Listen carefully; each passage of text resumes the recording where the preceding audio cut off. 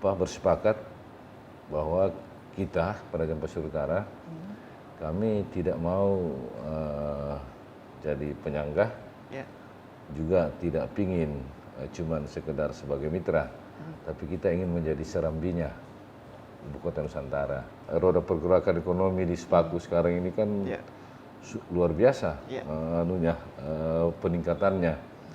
Ya, dimulai dengan tentu harga tanah yang dulu semua ada IKN.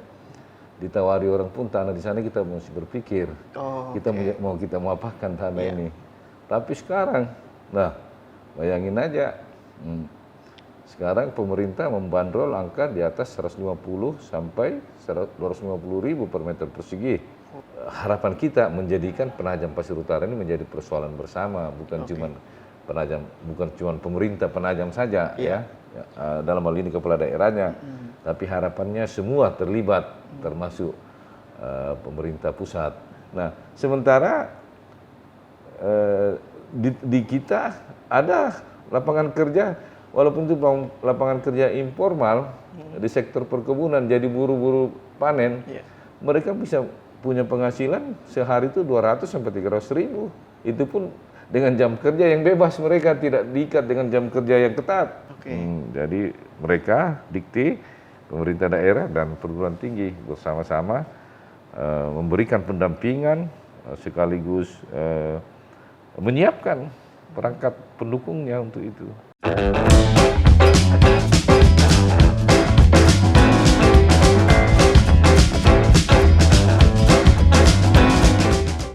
Assalamualaikum warahmatullahi wabarakatuh. Om Swastiastu, salam budaya, salam kebajikan. Tribuners, 11 Maret 2023, Kabupaten Penajam Pasir Utara merayakan HUT ke-21. Dan hari ini kita akan coba dalami bukan soal HUT-nya aja, tapi juga soal 21 tahun PPU di bawah kepemimpinan Insinyur Haji Hamdam. Dan sekarang sudah hadir bersama kita Tribuners, Pak Hamdam. Ya, Assalamualaikum Tribuners. Selamat sore. Sore ya, sehat-sehat ya Pak Hamdan ya. Sehat. Makin ganteng nih. Alhamdulillah. Setelah menjabat 28 Desember ya kalau nggak salah ya. Sah berarti ya diketoknya ini. Sah. Pak Hamdan, kita akan coba dalami soal HUT PPU yang ke-21 ya. 11 Maret 2023. Saya baca tagline-nya itu sukses Nusantara, sejahtera PPU. Penajam Pasir Utara sejahtera. Penajam Pasir Utara sejahtera. Apa makna di balik itu? Ya, seperti yang sering kami sampaikan bahwa keputusan Pak Presiden memindahkan ibu kota ini di Kalimantan Timur, khususnya di sebagian wilayah Penajam Pasir Utara, kita katakan sebagai berkah dari Allah Subhanahu wa taala kepada warga Kalimantan Timur, khususnya warga Penajam Pasir Utara, terkhusus warga Kecamatan Sepaku. Karena kita melihat masa depan ada di situ, maka dapat kita pastikan bahwa jika Nusantara ini sukses pembangunannya, sukses nanti kebijakan untuk melanjutkan ini, ya tentu akan berdampak sangat besar sekali kepada Penajam Pasir Utara. Apalagi kami juga sudah bersepakat bahwa kita Penajam Pasir Utara kami tidak mau jadi penyanggah, juga tidak pingin cuman sekedar sebagai mitra, tapi kita ingin menjadi serambinya Ibu Kota Nusantara. Serambinya Nusantara. Serambinya Nusantara, ya. Dan Pak Hamdan, sudahkah tanda-tanda alam itu mengarah? Karena kita tahu sendiri bahwa hotel-hotel penuh itu di Balikpapan, bukan di PPU. Artinya apakah sudah tanda akan mengarah ke PPU sendiri? Ya pasti Mas. Ya memang kalau jangka pendek ini mungkin dalam tanda petik Balikpapan lebih menikmati. Tetapi belum tentu juga. Ya, memang kalau bicara penajam pasir utara secara keseluruhan, barangkali memang beberapa kecamatan tertentu belum menikmati ya secara langsung ya. Tapi minimal satu kecamatan kami sekarang ini kan lagi betul-betul menikmati, yaitu Kecamatan Sepaku, yang dulu selalu menjadi persoalan bagi kami. Oh, dulu menjadi persoalan? Oh iya, karena ketidakmampuan anggaran kita untuk membackup infrastruktur yang ada, terutama akses jalan mendekatkan kami dengan Sepaku. Nah, sekarang semua sudah terselesaikan.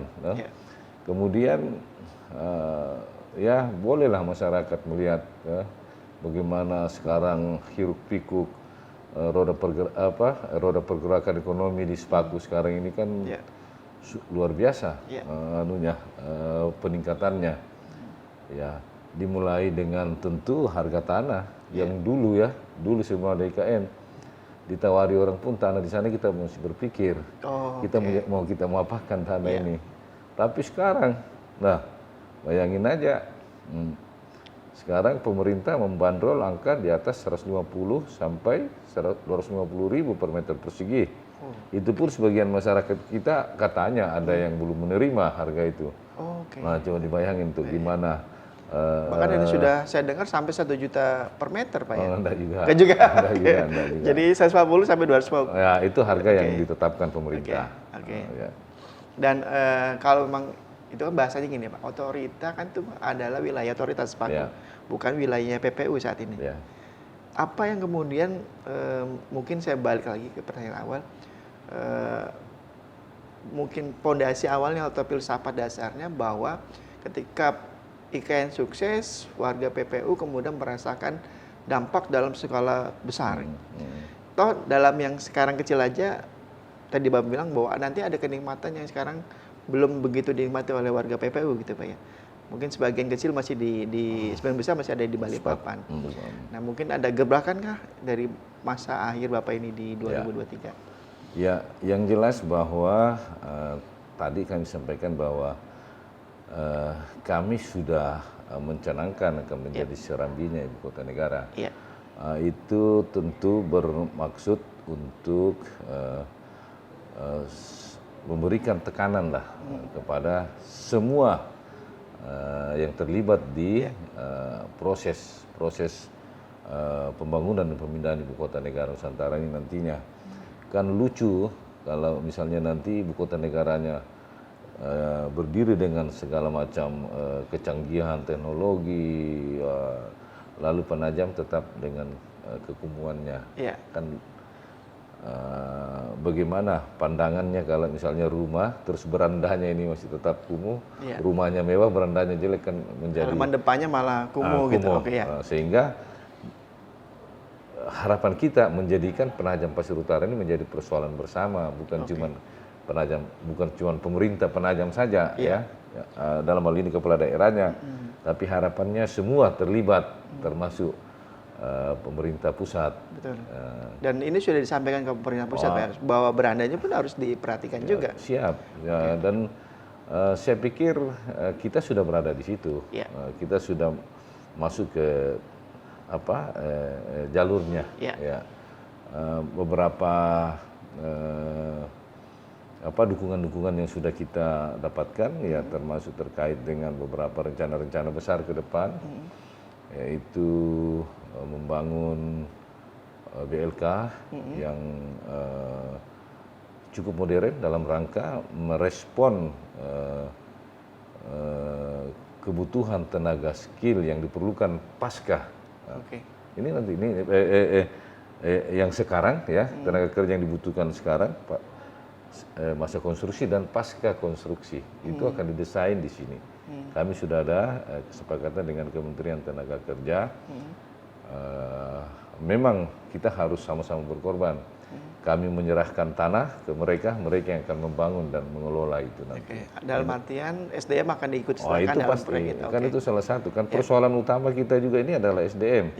Tidak mungkin kita menjadi serambi kalau SDM kita ini tidak kita siapkan dengan baik, itu pasti. Kemudian yang lainnya seperti yang mungkin masyarakat sudah tahu, sekarang ini sudah ada perguruan tinggi swasta yang cukup ternama di Indonesia yang sudah membuka kampus di kita. Itu kan sesuatu yang menurut saya berkah lah bagi kita. Tidak perlu lagi jauh-jauh masyarakat ini mencari pendidikan yang bermutu. Mereka yang didatangi. Nah, ini kan sesuatu yang menurut saya investasi jangka panjang. Memang sekarang belum kelihatan, tapi insya Allah saya meyakini dengan memberikan support atau stressing khusus kepada sektor pengembangan SDM ini tentu akan berdampak nanti ke depannya. Iya. Ya. Kalau boleh tahu Pak, berapa tenaga kerja yang terserap untuk IKN sendiri dari PPU, warga PPU? Ya, kita belum sempat ya mempresentasikan, tapi memang kalau di sektor konstruksi itu memang belum begitu banyak. Belum begitu banyak. Ya. Banyak persoalan, termasuk di dalamnya sebenarnya karena ini tahap-tahap awal, mungkin kualifikasi pendidikan dan keahlian yang dibutuhkan itu belum betul-betul meluas ya, sehingga yang sekarang bekerja itu adalah tenaga kerja yang memang memiliki kualifikasi tertentu. Nah, itu satu. Kemudian ada juga persoalan yang menurut saya mungkin orang tidak pernah pikirkan bahwa Penajam Pasir Utara ini walaupun kabupaten yang baru ya, namun UMK kita tinggi loh di Kaltim ini Mas, 3,4 juta per bulan. Nah, kalau disetarakan per hari itu kan bisa 1,2 ya, kurang lebih 120.000 per hari kurang lebihnya begitu kalau mau dihitung per hari kan. Nah, menurut informasi yang kita dapatkan juga dari teman-teman di sektor konstruksi yang ada di pembangunan IKN ini, untuk tenaga-tenaga non skill itu cuma diupah 80.000. 80.000 sampai 100.000. Bagi masyarakat kami tentu tidak menarik upah ini, ya kan? Kecuali yang memang tidak punya pekerjaan. Nah, sementara di kita ada lapangan kerja, walaupun itu lapangan kerja informal di sektor perkebunan, jadi buru-buru panen, mereka bisa punya penghasilan sehari itu 200 sampai 300.000. Itu pun dengan jam kerja yang bebas, mereka tidak diikat dengan jam kerja yang ketat. Ya tentu ini yang membuat saya pikir kenapa kemudian jumlah masyarakat kita yang terlibat langsung di sektor konstruksi, ya mungkin itu, saya menduganya itu, saya belum melakukan penelitian yang lebih lebih cermat lagi, belum sempat ada teman-teman melaporkan data itu, tapi dugaan saya begitu. Karena ternyata di sektor lain lebih menggiurkan Pak ya. Lebih menggiurkan pendapatannya. Betul. Dan paham, dan kalau memang ini menjadi sebuah masalah di SDM juga Pak ya. Jadi kan ternyata gajinya lebih besar di luar dibanding di konstruksi. Ada solusi yang mungkin bisa? Ya, ada solusi. Dan akhirnya kan karena kita melihat persoalan itu sehingga bersama-sama dengan Kementerian Tenaga Kerja dan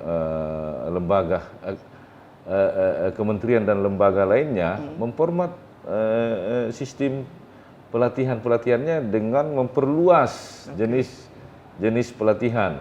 Kalau boleh tahu apa itu pelatihan seperti misalnya untuk pelatihan kewirausahaan. Seperti misalnya melatih untuk menjadi barbershop, menjadi barista, terus jadi tukang jahit, terus mebel, printing, jadi apa tuh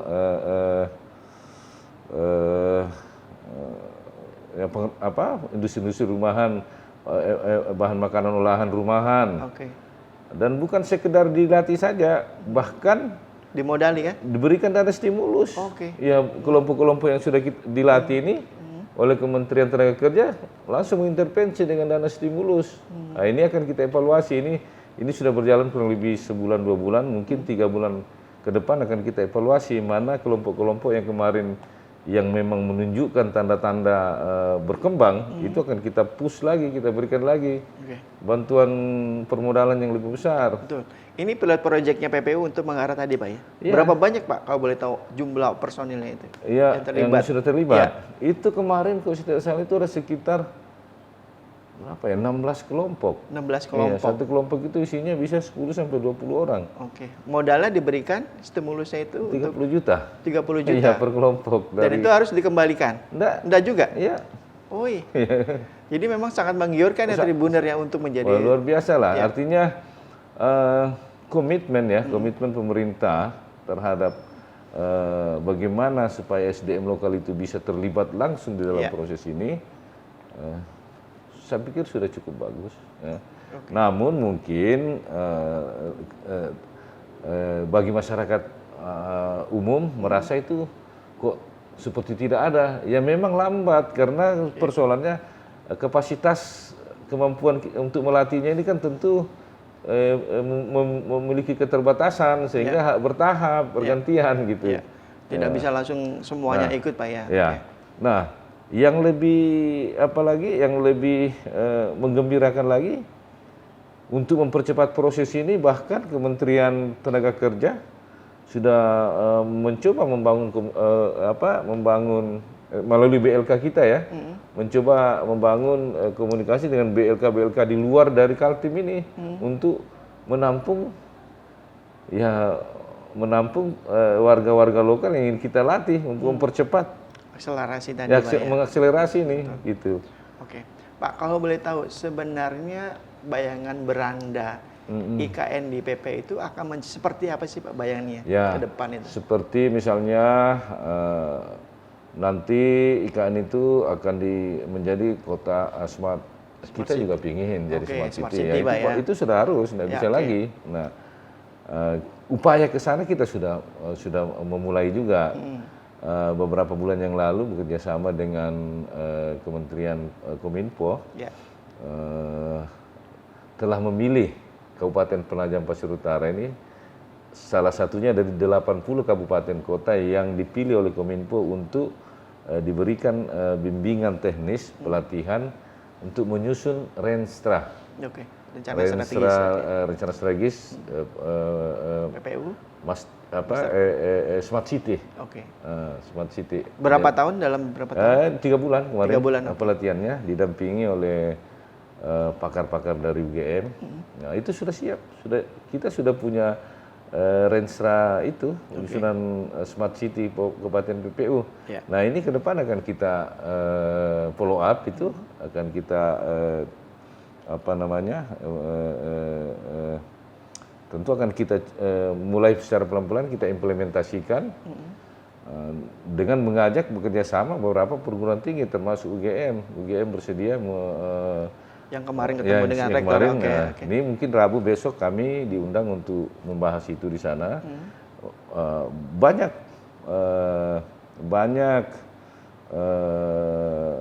sumber yang bisa kita gunakan.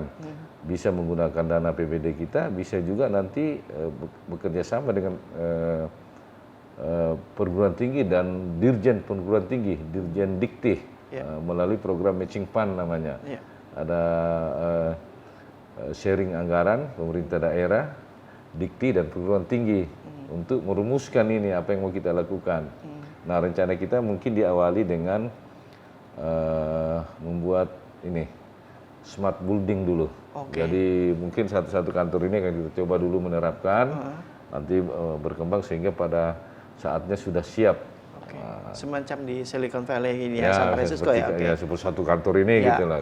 Smart City untuk PPU. Ya. Itu kerjasama dengan beberapa kampus. Pertanyaannya, anggarannya cukup nggak itu untuk itu? Ya, makanya kita menggandeng pihak-pihak lain. Kolaborasi dengan Dikti. Kan Dikti juga punya anggaran gede itu untuk bagaimana mengembangkan itu SDM di masing-masing desa. Tapi melalui program-program yang langsung teraktualisasi di masyarakat, yaitu program namanya itu program matching fund. Jadi mereka Dikti, pemerintah daerah dan perguruan tinggi bersama-sama memberikan pendampingan sekaligus menyiapkan perangkat pendukungnya untuk itu. Investor sendiri ada yang tertarik nggak Pak untuk tadi Silicon Valley-nya di PPU? Ada, banyak. Sudah banyak ya? Ada beberapa hari yang lalu ketemu dengan saya dari teman-teman ini bekerja untuk perwakilan negara Kazakhstan di Indonesia dalam rangka ulang tahun memperingati 30 tahun hubungan diplomatik antara Indonesia Kazakhstan. Mereka membangun itu smart village, digitalisasi desa. Oke.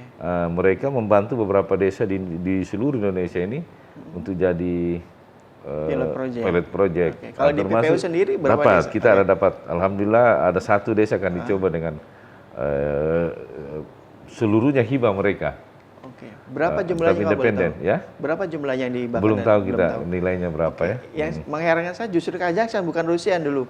Hah? Padahal Rusia yang dulu dekat dengan PPU kalau nggak salah Pak ya. Sempat mau bikin kereta kan di. Iya. Tapi malah Kazakhstan yang beri Ya, bantuan mungkin ya, Pak karena ya. ada hubungan diplomatik yang kuat ya antara kita, khususnya sektor kebudayaan. Iya. Ini kayaknya yang mempererat hubungan ini dengan mereka.